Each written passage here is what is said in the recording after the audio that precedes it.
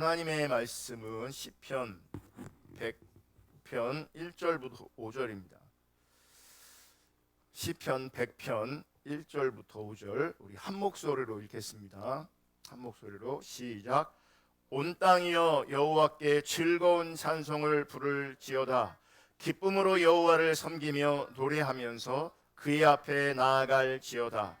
여호와가 우리의 하나님이신 줄 너희는 알지어다. 그는 우리를 지으시니요 우리는 그의 것이니 그의 백성이요 그의 기르시는 양이로다. 감사함으로 그의 문에 들어가며 찬송함으로 그의 궁전에 들어가서 그에게 감사하며 그의 이름을 송축할지어다. 여호와는 선하시니 그의 인자하심이 영원하고 그의 성실하심이 대대에 이르로다. 아멘. 여러분, 지금 우리는 참된 예배에 대해서 지속적으로 살펴보고 있습니다. 특별히 그 참된 예배를 위해서 우리 가운데 반드시 필요한 것 중에 하나가 뭐냐면 하나님의 얼굴을 구하는 삶으로 전환되어지는 겁니다. 그리고 하나님의 얼굴을 구하는 삶으로 전환될 뿐만 아니라 지속적으로 하나님의 얼굴을 구하는 삶으로 나아가야 합니다. 이 하나님의 얼굴을 구하는 삶이 너무너무 중요한데 예배는 하나님의 얼굴을 구하여 나아가는 것입니다. 그래서 예배와 하나님의 얼굴을 구하는 삶은 너무 중요한 관계가 있습니다. 예배함으로 여러분 하나님의 얼굴을 구할 수 있어야 실제 지속적으로 하나님의 얼굴을 구하는 삶을 살 수 있습니다. 여러분, 지켜야 한다라는 말이 있습니다. 지켜야 된다. 지켜야 된다. 그러면 보세요. 지켜야 된다는 말을 사용할 때 이 말이 쓰이는 영역들이 있습니다. 주로 건강을 지켜야 된다.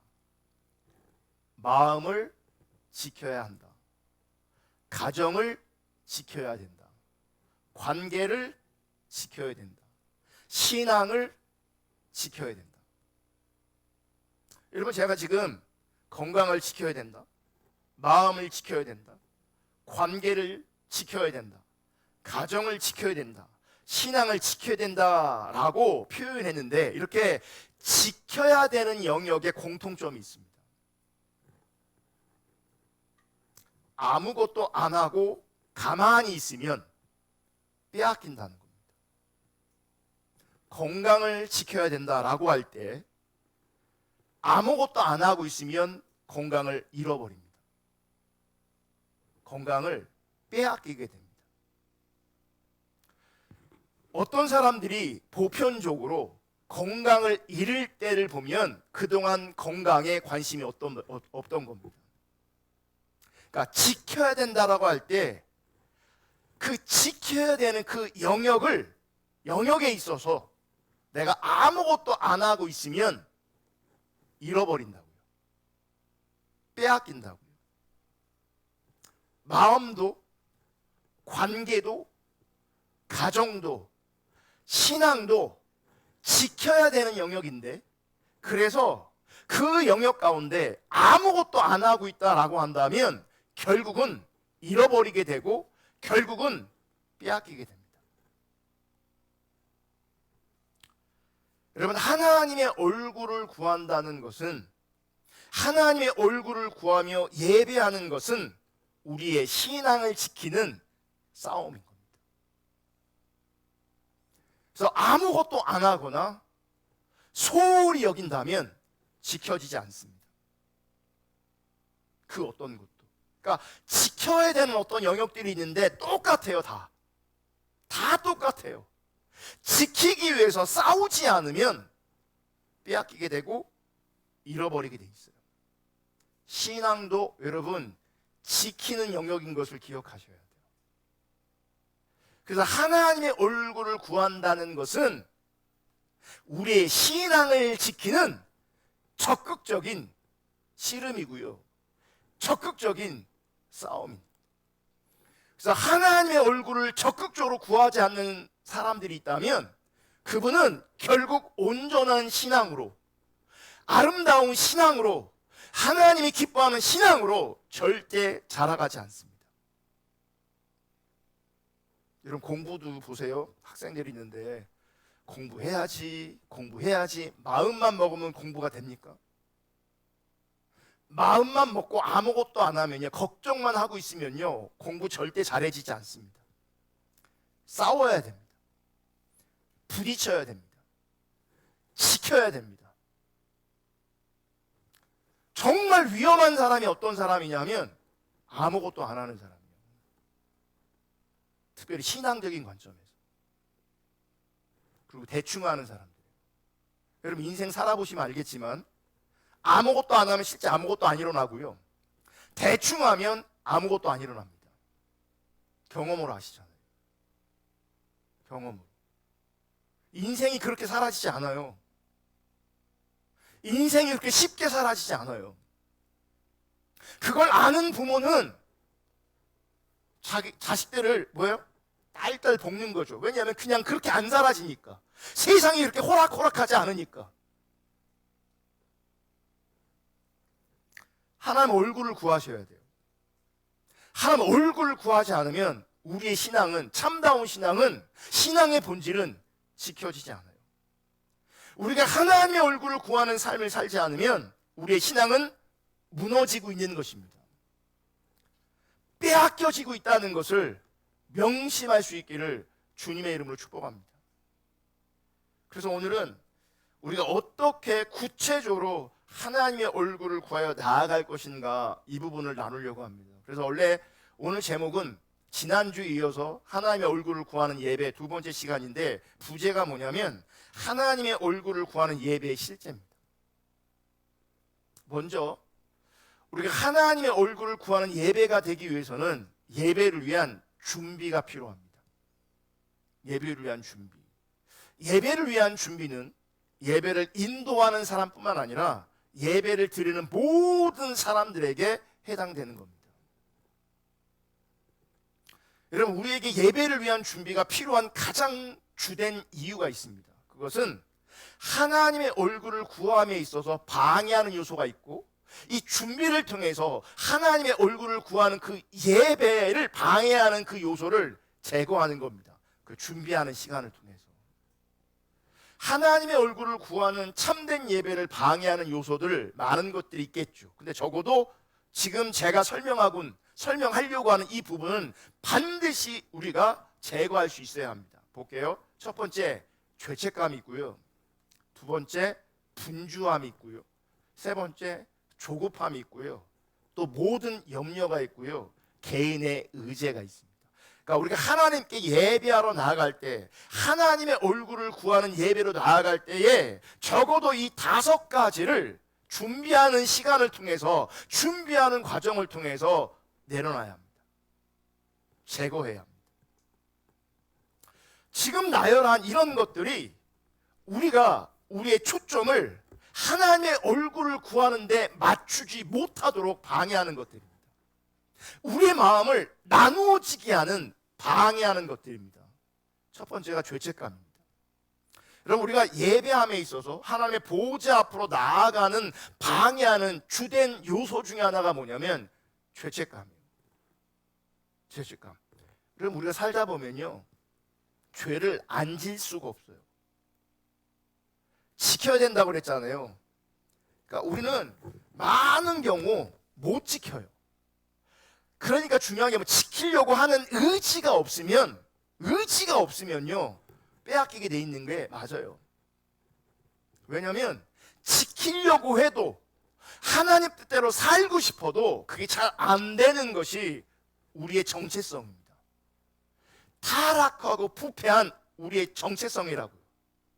그러니까 원해도 잘 안 되는 게 우리의 상태예요. 그걸 먼저 인정하셔야 돼요. 원해도 잘 안 돼요. 나는 잘 안 돼요. 그게 당연한 거예요. 그게 너무너무 당연한 거예요. 잘 된다고 말하는 사람이 있다면 그 사람이 이상한 사람이에요. 그 진짜 잘하는가 점검해 봐야 돼요. 사실 그렇지 않은 경우가 더 많아요. 그러니까 거짓 신앙의 관점에 자기가 잘하고 있다고 착각하는 것이지, 실제 하나님 앞에서 100% 완벽하게 잘할 수 있는 사람은 없어요. 특별히 우리 같은 경우는 하나님 앞에 온전한 신앙으로 더 나아가고 싶잖아요. 그러다 보면 죄에 더 예민하고 더 민감하게 되거든요. 그러면 죄책감이 있어요. 죄책감. 근데 이걸 예배하기 전에 준비하는 과정에서 이 죄책감이 하나님 앞에서 내려져야 됩니다. 제가 예전에 필리핀에서 선교사님들 대상으로 찬양과 경배 예배 세미나를 인도한 적이 있습니다. 2박 3일 동안. 그때 예배를 쭉 나누고 가르치다가 예배 단계에 대해서 나누고 있었는데 한 선교사님이 가서 보니까 저보다 나이가 다 많으세요. 근데 강사가 갔는데 나이가 제일 어려워. 그러니까 다 저보다 신앙의 경륜이 있으신 거고 사역의 연배가 높으신 분들이죠. 강의를 쭉 들으시면서 그래도 제가 찬양과 경배에 대해서는 그분들보다 제가 전문가니까 제가 그 부분은 나눌 수 있으니까 나누고 있는데 한 분이 질문하시는 겁니다. 찬양의 단계에 대해서 지금 강의를 듣다 보니 언제 회개하나 의문이 생겼다는 겁니다. 언제 회개하나. 일반 교회에서는요 정말 많은 교회들이 예배 순서 안에 참회의 시간이라는 시간을 가집니다. 그러면서 전체가 뭐 하냐면 지난 삶을 돌아보면서 지난 일주일을 돌아보면서 회개하는 시간을 잠깐이라도 가집니다. 정말 많은 교회에서 그렇게 합니다.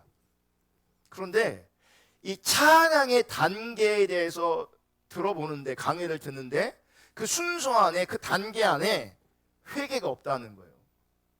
언제 회개하냐는 거죠. 이런 똑같은 질문을요 세물결 훈련원이라는 훈련원이 있는데 거기서 제가 예배를 한 학기 동안 가르쳤거든요. 그때도 똑같이 누군가가 질문하더라고요. 회개는 언제 하는 거냐. 여러분 질문해 볼 거예요. 회개는 언제 하는 것인가?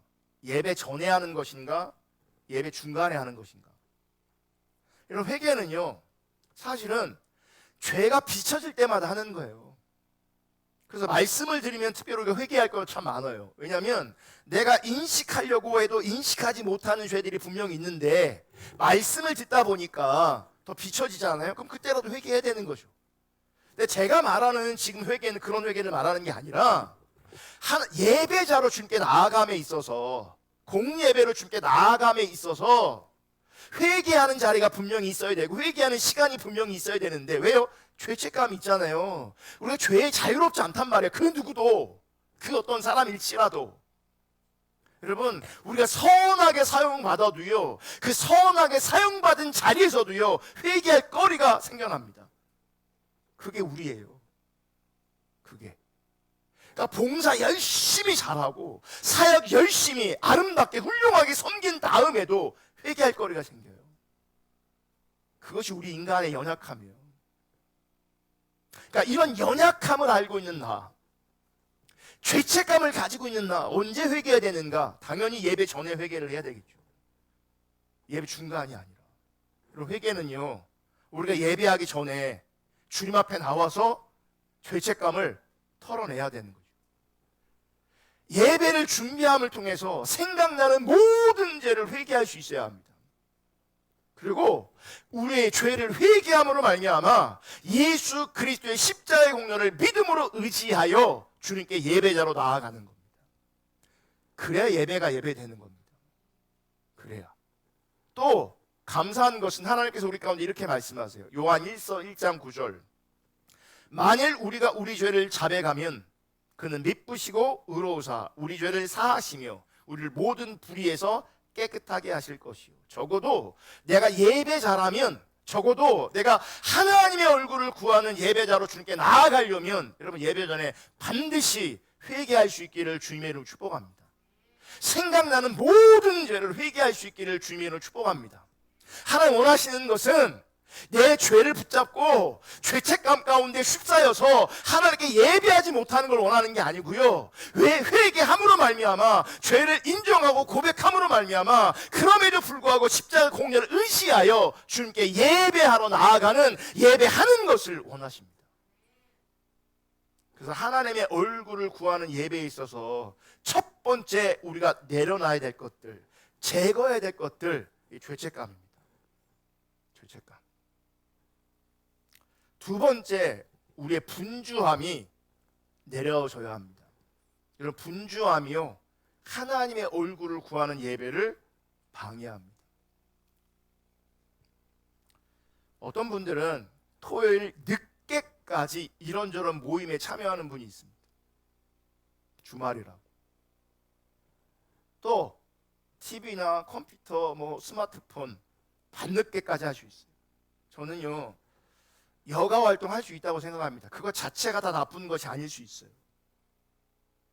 근데 중요한 것은 그 모임이, 텔레비나 컴퓨터나 스마트폰 이런 것들이 나의 신앙생활에 영향을 줄 때, 나의 하나님께 나아가는 예배에 영향을 주는 것이라면, 실제로 영향을 주고 있다면 그것은 하나님 앞에 죄가 되는 겁니다. 텔레비가 죄가 아니잖아요. 볼 수 있지. 볼 수 있죠. 스마트폰 할 수 있죠. 컴퓨터 할 수 있죠. 게임도 할 수 있죠. 근데 그것 때문에 나의 예배가 방해되어진다, 하나님께 드리는 예배가 방해되어진다 라고 한다면, 그건 분명히 죄가 되는 겁니다. 보세요. 사람 때문에, 이런저런 모임 때문에, 미디어 때문에, 이런저런 것들 때문에 내가 아침에 일어나는 것이 힘들어지고, 그래서 아침에 늦게 일어나게 되고, 그래서 교회에 가기 위해 허둥지둥 서두르게 되고, 혼자 오면 다행인데 가족이나 어린아이까지 껴있으면요, 아침이 더욱 분주해집니다. 왜냐하면 일어나는 게 쉽지 않거든요. 늦게 일어나거든요. 아이를 챙겨야 되거든요. 같이 가야 되거든요. 그럼 분주해집니다. 분주해지다 보면요, 예민해집니다. 짜증나고요, 다툼이 생기기도 합니다. 교회에 오기 전에 이미 한바탕 소동이 일어날 수 있어요. 빨리 일어나라 그랬잖아, 빨리 씻으라 그랬잖아. 그렇게 되는 거죠. 이제 짜증이 나고 다투다 보면 예배 시간은 당연히 늦게 돼 있어요. 여러분, 기억하세요. 예배 시간에, 특별한 경우 아니고, 예배 시간에 주로 조금씩 늦게 오시는 분들은요, 사실 예배 드리는 거 아닙니다. 그 예배 드리는 거 아닙니다.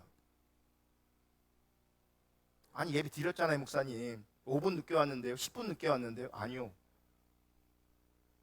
하나님 관점에서는요, 하나님의 얼굴을 구하는 관점에서는요, 그거 예배 아닙니다. 이미 망친 겁니다.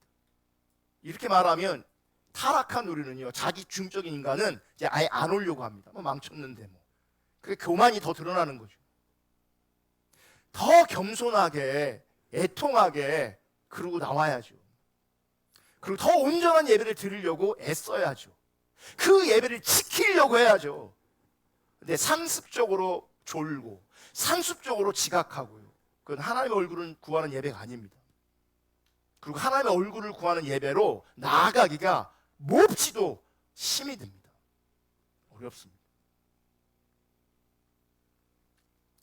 그래서 부랴부랴 분주함 가운데 예배당에 오면 이미 예배는 시작되어 있어요. 예배 드리려고 자리에 앉기는 하지만 머릿속과 마음, 감정, 기분은 온갖 분주함으로 가득해요. 그래서 몸은 앉아있지만 내 마음이 주님께 드려지지 않고, 내 생각이 드려지지 않아요. 내 감정이 하나님께 드려지지 않아요. 그냥 앉아있고 노래 따라하는 거예요. 여러분, 우리가 살다가, 신앙생활 하다가 정말 우리가 마음 아프게 여겨야 될 것들이 있어요. 내가 예배를 드렸는데 나의 예배가 온전한 예배가 아닌 게, 내가 예배가 잘 안 돼. 여러분, 예배가 잘 안 되는 것이 인식돼야 되고요, 예배가 잘 안 되는 것이 너무 속상해야 돼요. 그게 하나님을 추구하는 사람들, 그게 하나님 아는 사람들이에요. 예배가 안 되는데, 더 심각한 건 지금 예배가 되는지 예배가 안 되는지 인식도 못해. 예배가 분명히 안 됐는데 애통해하지도 않아. 정말 멀리 주님 떠나 있는 겁니다.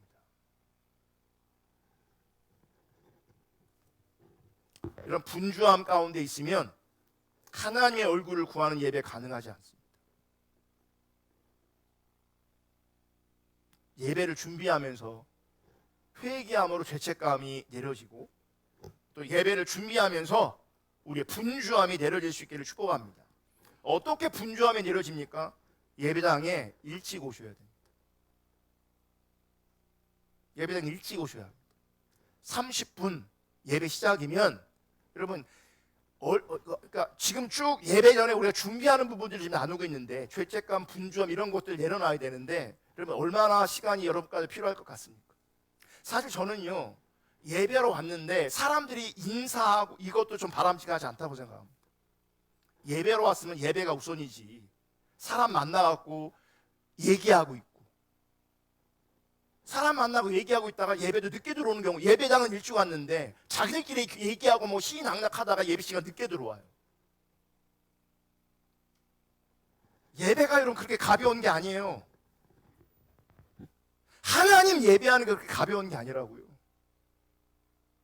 그러니까 우리가 정말 하나님을 너무 소홀히 여겨요. 너무 예배당에 미리 와야 합니다. 주님 앞에서 기다리면서 준비하는 시간을 통해서 우리의 분주함이 이렇게 가라앉아야 합니다. 우리는요, 그냥 세상에 살다가 예배당에 들어오면 하나님 찬양하고 경배하는 모드로 순간 바뀌는 그런 존재가 아니에요. 몸은 와 있지만 내 마음이나 내 상태는요, 늦게 따라옵니다. 이거 조절해야 돼요. 얘를 관리해야 돼요. 지켜야 된다는 것이 그런 의미인 거예요. 저절로 되는 게 아니니까 지켜야 되는 거예요. 저절로 되는 게 아니니까 싸워야 되는 거예요. 의지를 들여야 되는 거예요. 힘써야 되는 거예요. 애써야 되는 거예요. 그냥 되지 않아요. 그러니 보세요.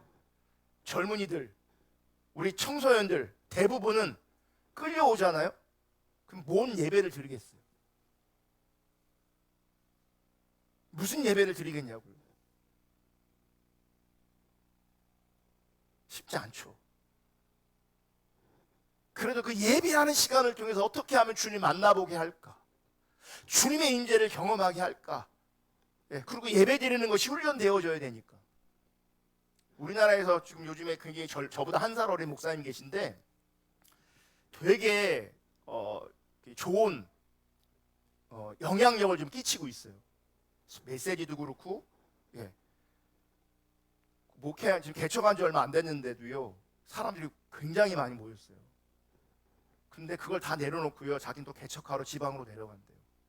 부목사한테 교회를 그냥 주고 자기는 지방.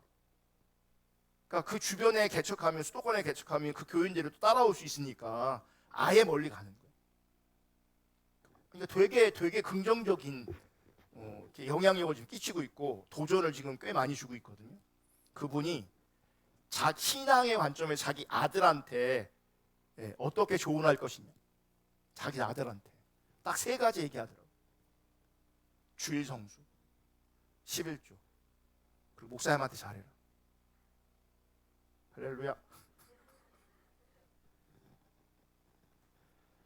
이렇게 하면서 훈련되어지면서 주님 만나고, 주님 따라가고, 주님 알아가고, 주님께 순종하면서 그렇게 빚어지는 겁니다.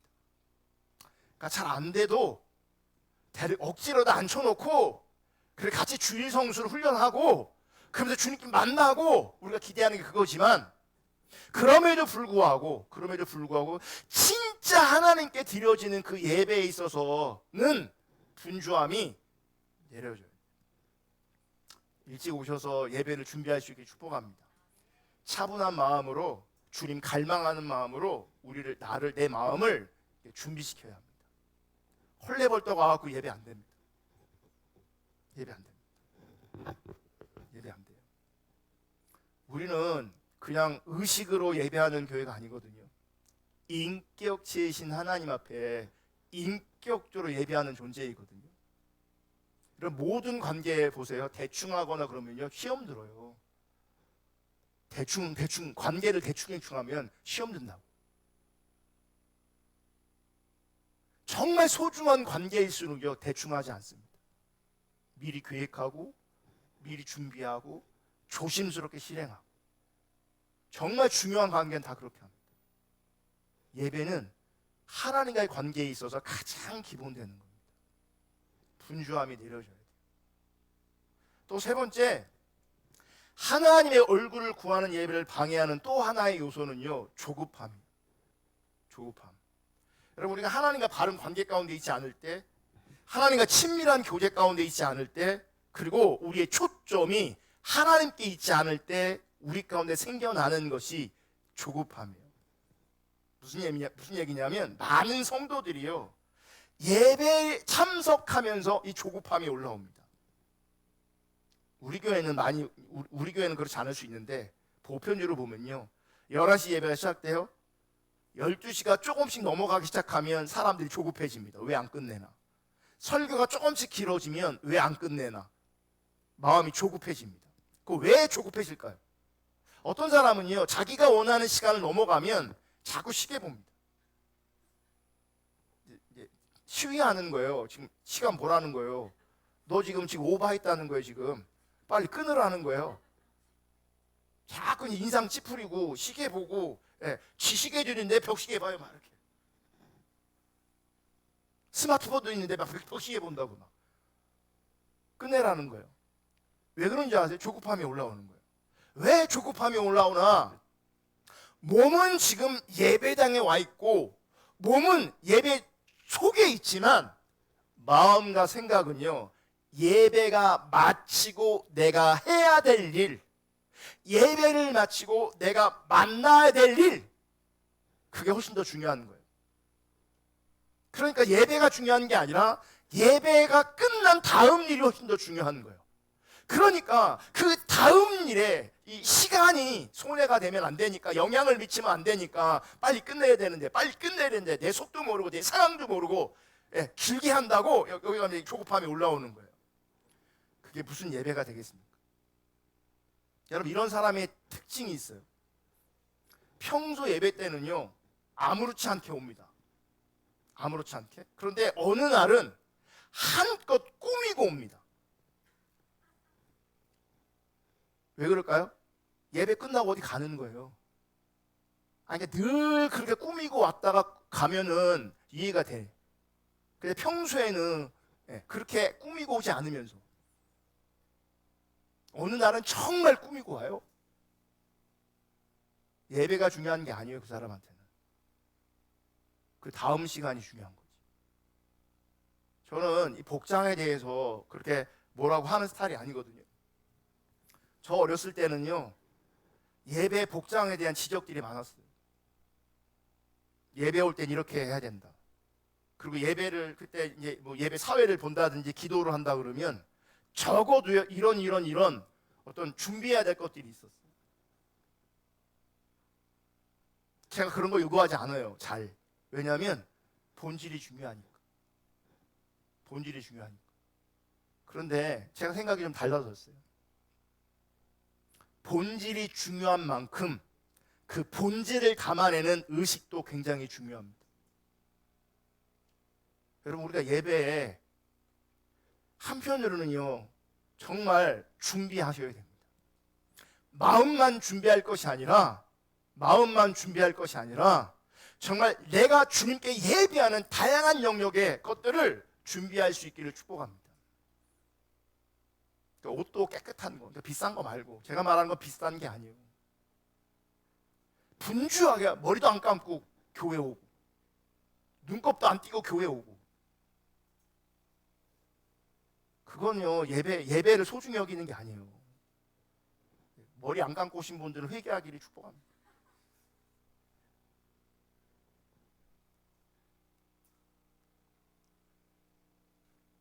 있나 보네. 이거 웃긴 얘기가 아닌데.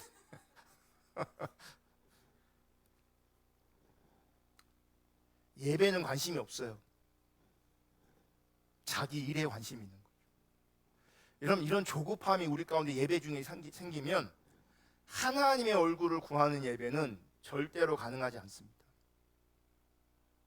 우리 가운데 예배자로 설 때 차분한 마음과 갈급한 마음, 더 나아가서 충분한 시간을 가지고 하나님을 찾고 하나님 앞에 머물러 있어야 합니다.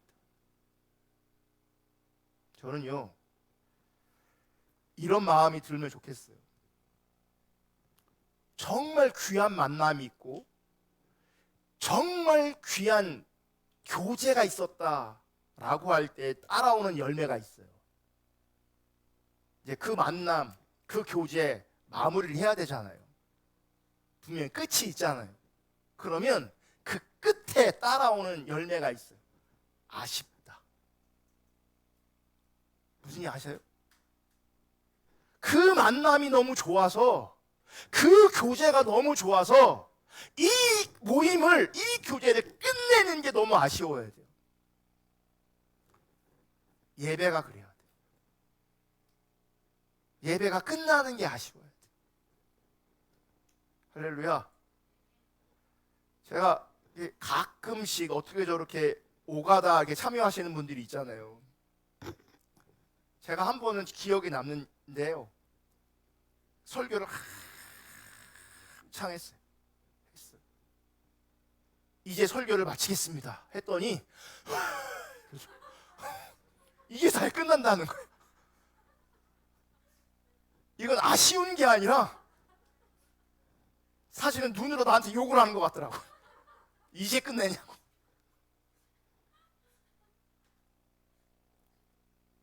그럼 예배를 끝나는 시간이 아쉬워야 돼요. 예배당을 떠나는 시간이 아쉬워야 돼요. 만약 그렇지 않다면 우린 되게 많이 타락한 겁니다. 그리고 적어도 예배라는 의식과 형식에 참여했을지 몰라도요, 하나님의 얼굴을 구하는 예배는 아니었던 겁니다. 충분히 예배가 드려져야 합니다. 충분히 내가 하나님 앞에 있어야 합니다. 충분히. 여러분, 우리에게 하나님이 너무나 소중한 분이라면 우린 충분한 시간을 가지고 하나님 앞에 있으려고 할 겁니다. 하나님이 소중하다.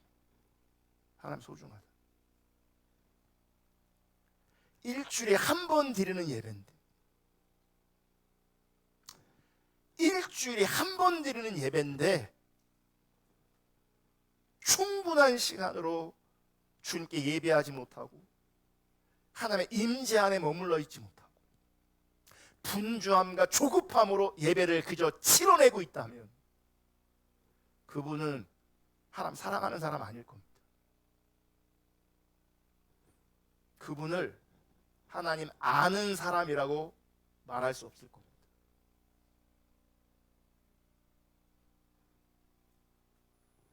여러분, 예배를 정말 소중히 여길 수 있기를 축복합니다. 분주함이 내려지고 조급함이 내려지고 차분한 마음으로 충분한 시간으로 그렇게 주님 예배할 수 있기를 축복합니다. 또 예배를 준비하면서 우리가 해야 할 일 중에 하나가 뭐냐면 염려를 주님께 맡기는 겁니다. 염려를. 만약 염려를 주님께 맡기지 않으면 그 염려에 휩싸여서 여러분 하나님의 얼굴을 구하는 예배가 드려지지 않게 됩니다. 그 염려 때문에. 여러분 기억하세요. 하나님은 나를 너무나 잘 아세요. 제가 믿는 바 하나님은요, 나보다 나를 더 잘 아세요. 그게 우리의 믿음이어야 돼요. 아멘. 내가 염려한다는 것은요, 하나님 나를 모른다고 생각하는 거예요. 하나님 나를 아세요. 내 피로도 아세요. 그분 나를 사랑하세요. 아멘. 그러니까 적어도 예배하는 순간만큼은 염려를 주님께 맡겨야 합니다. 베드로전서 5장 7절에 너희 염려를 다 주께 맡기라. 이는 그가 너희를 돌보심이라. 염려를 맡겨야 돼요. 염려를 안고 있으면요, 예배를 망치는 겁니다. 그래서 준비하셔야 돼요. 준비하면서 내 분주함, 내 조급함 다 내려놓고 뭐까지 내려놔요? 내 염려하는 것까지도 다 내려놔야 돼요. 주님께 맡기고 나는 예배하는 거예요. 맡기고 예배하는 거예요. 예배하는 순간만큼은 여러분 주님과 교제하고 주님을 만나고 주님과 사랑의 관계 가운데 있는 것을 즐길 수 있기를 주님을 축복합니다. 다 내려놓고. 그러니까 염려를 안고 있으면요, 주님을 누릴 수가 없어요. 온전한 예배를 누릴 수가 없다고. 예배 시간이라면 예배를 누릴 수 있기를, 예배를 즐길 수 있기를, 그 하나님을 누릴 수 있기를 주님의 이름으로 축복합니다. 또 하나님의 얼굴을 구하여 나아가기 위해서는요, 우리의 의제도 다 내려놓아야 합니다. 그러니까 염려와 마찬가지로 내가 원하는 어떤 의제, 내가 바라는 소원, 그런 것이 있으면요, 하나님의 얼굴을 구하는 것이 방해되어집니다. 내가 원하는 것들 때문에. 아멘. 이렇게 죄책감, 분주함, 조급함, 염려, 나의 의제까지도 다 내려놓고 그저 우리의 관심은 예배함에 있어야 합니다. 주님 높이는 것에 있어야 합니다. 아멘. 이렇게 예배하는 마음을 준비하고요, 이제 본격적으로 하나님을 예배함으로 나아갑니다. 여러분, 하나님의 얼굴을 구하는 참다운 예배를 드리기 위해서는 무엇보다 먼저 하나님을 예배함으로 나아가야 합니다. 다시 말해서 하나님께서 행하신 그 크신 놀라운 일들을 인하여 나의 모든 관심은 하나님께 있는 거예요. 그분께서 행하신 일, 그분의 하나님 되심을 마음껏 높이는 거죠. 그분을 찬양하고 경배하고 예배하기 위해서만 주님께 나아가는 거예요. 예배에 오는 겁니다. 아멘. 오늘 본문을 읽었던 시편 100편 1절부터 5절 다시 한번 읽어볼게요. 다 같이 한 목소리로 시작.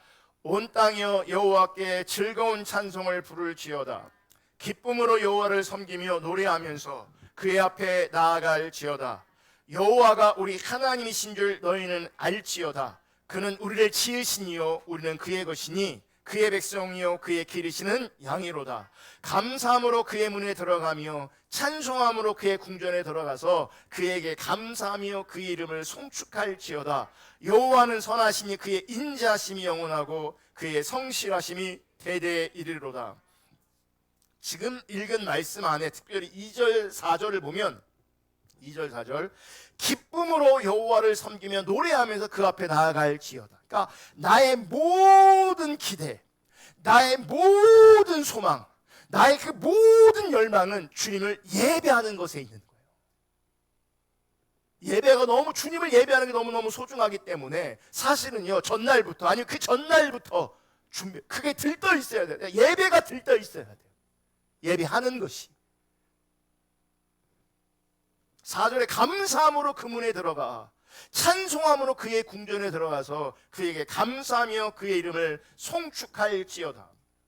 우리가 여러분 하나님을 예배하러 나갈 때 하나님을 찬양함으로 하나님께 감사를 드림으로 나아가라고 말씀하고 있는 겁니다. 다시 말하면 하나님을 예배함으로 나아가라는 거예요. 그래서 2절에 섬기다, 기쁨으로 여호와를 섬기며, 이 섬긴다는 말이요, 예배한다는 말이에요.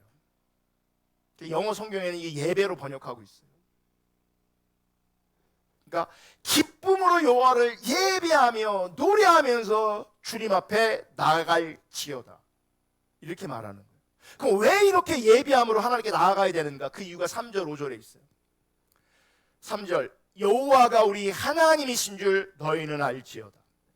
그는 우리를 지으시니요 우리는 그의 것이니 그의 백성이요 그의 기르시는 양이로다. 5절 여호와는 선하시니 그의 인자하심이 영원하고 그의 성실하심이 대대에 이르로다.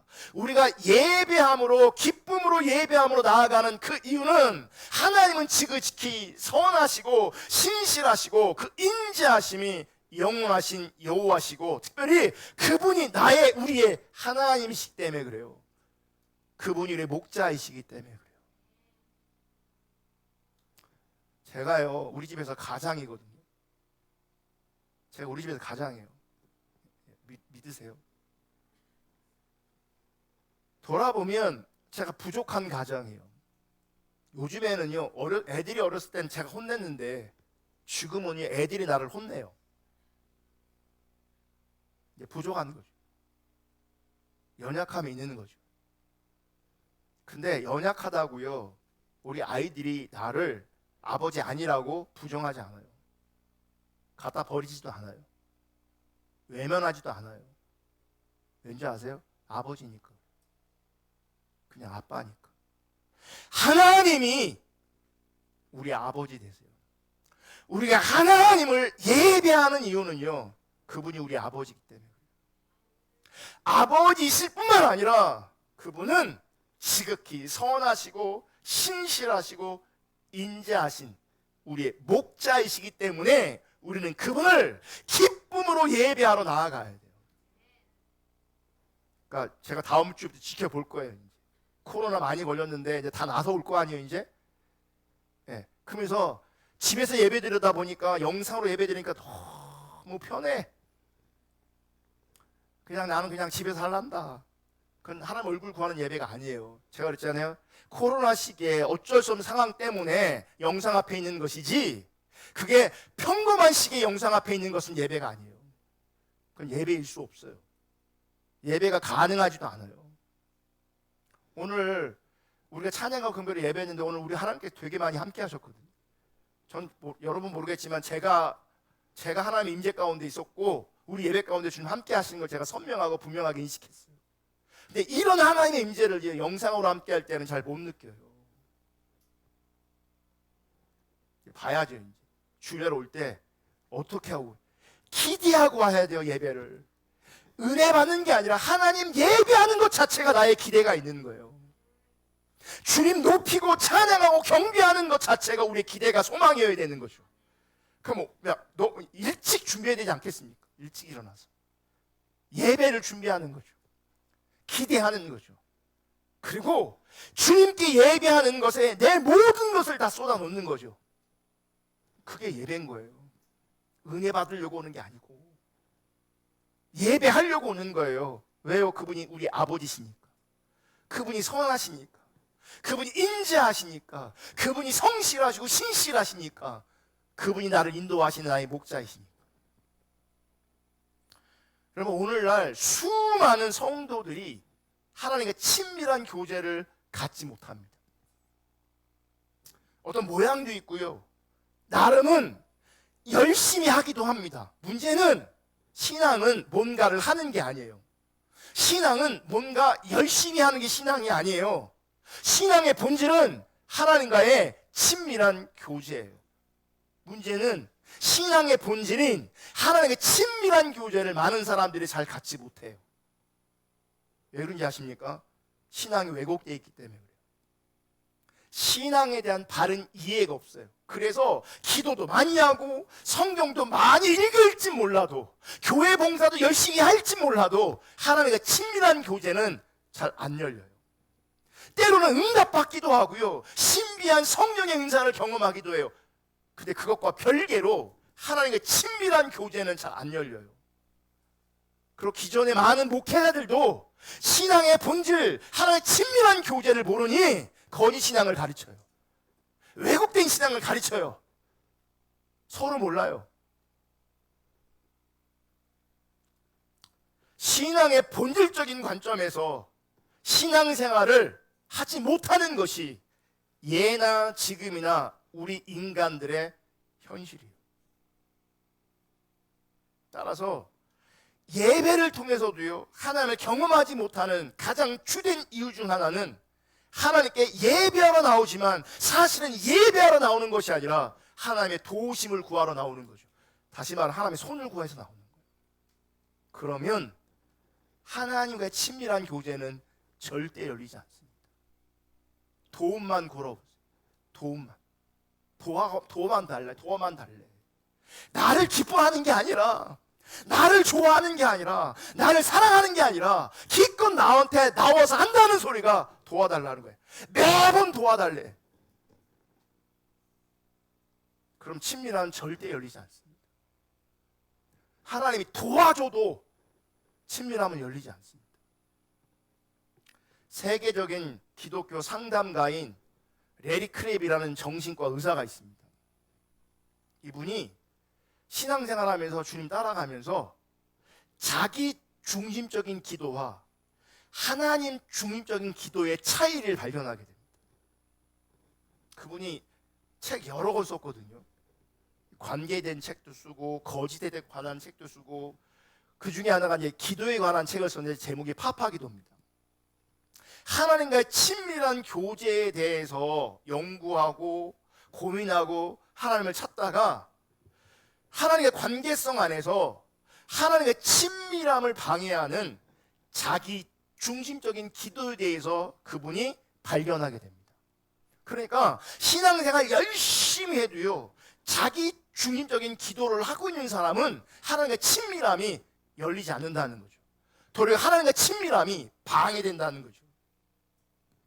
지금 레리 크랩은 기도에 대해서 말하고 있지만 사실 기도도요, 하나님 관점에서 보면 하나님 찾는 것과 연관이 있고, 그러면 예배랑도 연관이 있는 겁니다.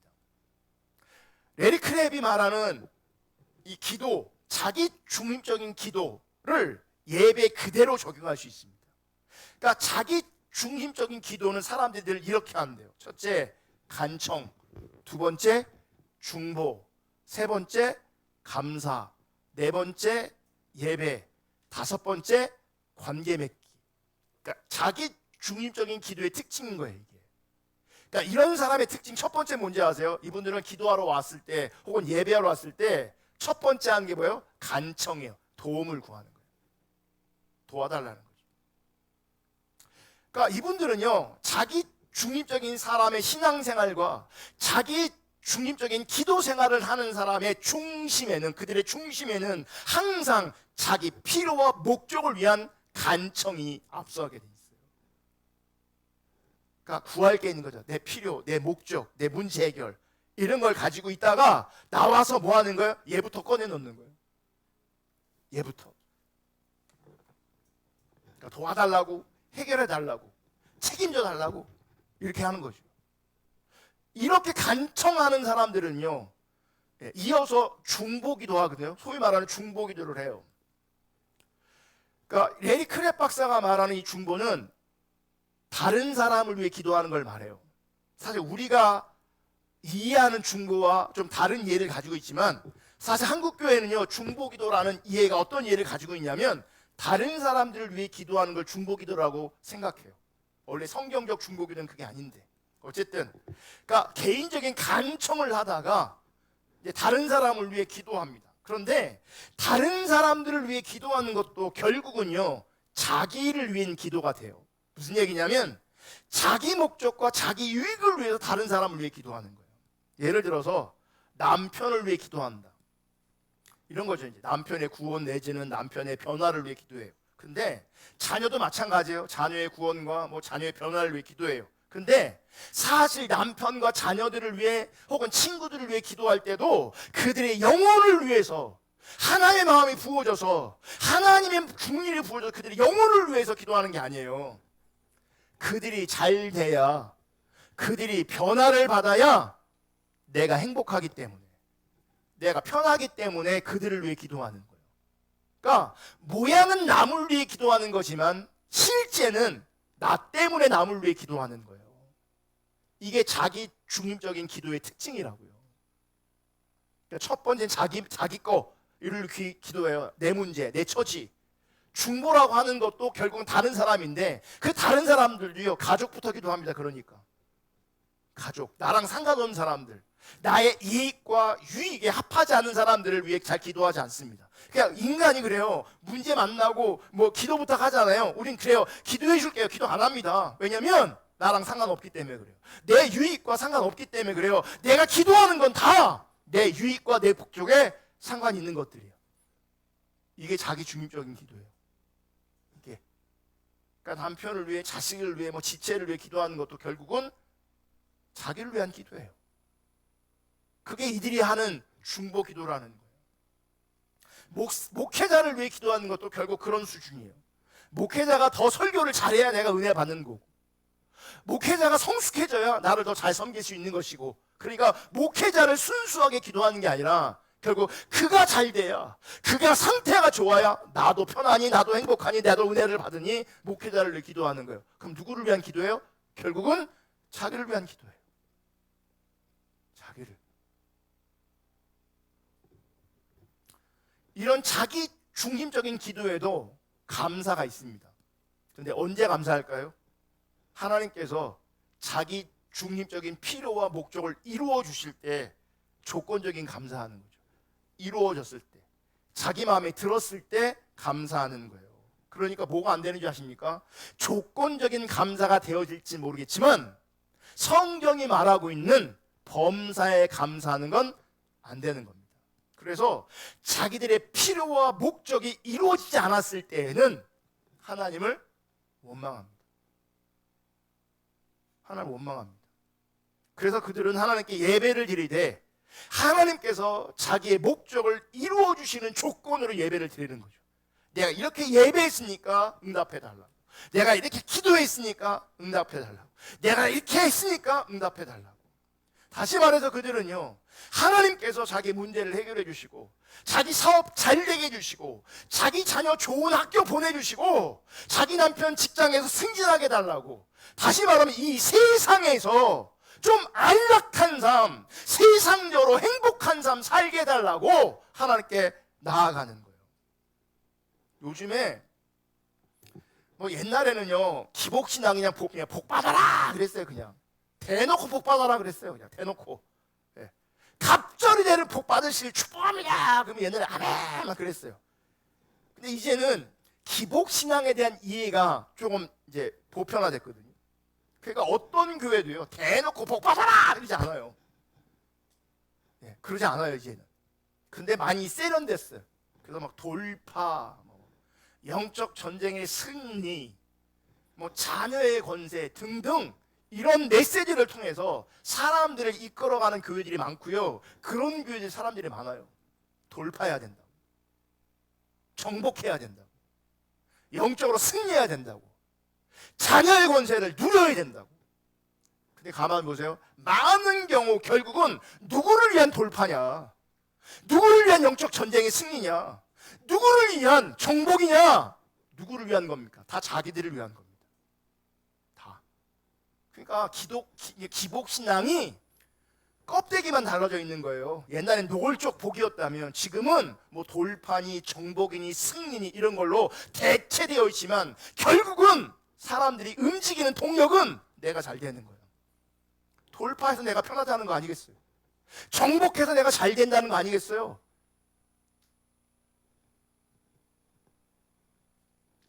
결국 내 뜻대로 돌파한 것 같고 승리한 것 같으면 그때 감사하지만, 그렇지 않은 경우에는요, 낙심하고 실망하고 절망하고 좌절하고 끝내는 하나님을 향해서 원망하고, 나중에는요 기도하고 예배하는 것 자체를 포기합니다. 왜냐하면 내 기대가 채워지지 않으니까.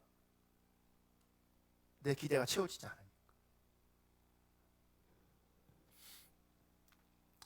그 다음에 관계인데, 관계를 맺는 것도요, 내 뜻이 이루어지는 자리에서만 감사하며 예배하며 하나님께 관계를 맺으려고 하는 겁니다. 그러니까 응답되었을 때 하나님 참 대단하신 분이시네요. 쓸만한 분이시네요. 저도 앞으로 계속 예배할 테니, 섬길 테니 하나님도 나를 위해 계속 수고해 주세요. 나도 잘 믿을 테니까 하나님 계속해서 응답해 주시고 잘 도와주세요. 나 잘 밀어주세요. 이런 관점에서 뭐 하는 거예요? 관계를 맺는 거죠, 하나님과. 그리고 그들이 가지고 있는 하나님과 관계는요, 주고받기 시킨 거예요.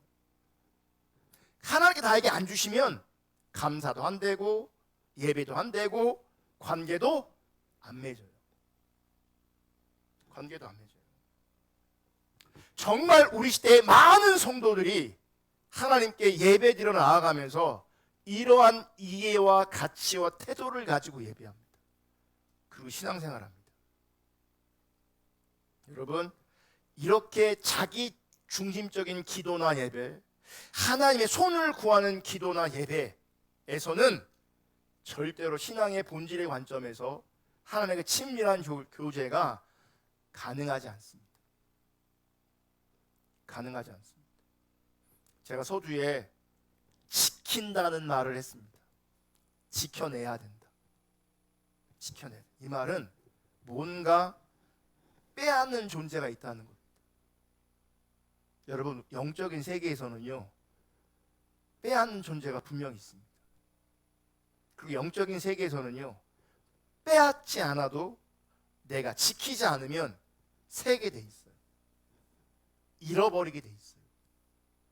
성경이 말하는 참된 신앙을 우리는 지켜야 합니다. 근데 성경이 말하는 그 참된 신앙은 거짓 신앙, 소위 율법주의, 기복신앙, 인본주의로 지켜지지 않습니다.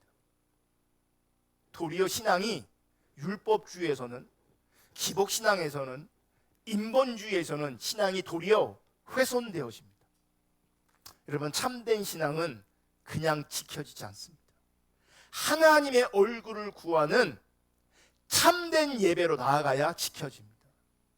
하나님의 얼굴을 구하는 예배를 방해하는 요소가 있다면 그래서 반드시 제거되어져야 합니다. 죄책감, 분주함, 조급함, 모든 염려, 개인적인 의지 다 내려놓고 자기 중적 기도로 기도하고 예배하고 신앙생활하는 것이 아니라 하나님 중립적인 자리에서 여러분 하나님의 얼굴을 구하여 우리 참된 신앙을 아름답게 지켜낼 수 있는 그 은혜가 함께하기를 주님의 이름으로 축복합니다. 사실 더 있는데 오늘 여기서 좀 마치려고 해요. 생각해 보니까 아픈 분들이 영상 앞에서 예배하고 있는데 얼마나 힘들겠어요. 그래서 더 있는데 갑자기 하나님 궁일력 있는 마음을 주셔서 여기서 끊는 게 맞는 것 같아요. 우리 찬양 하나 하고 기도하겠습니다.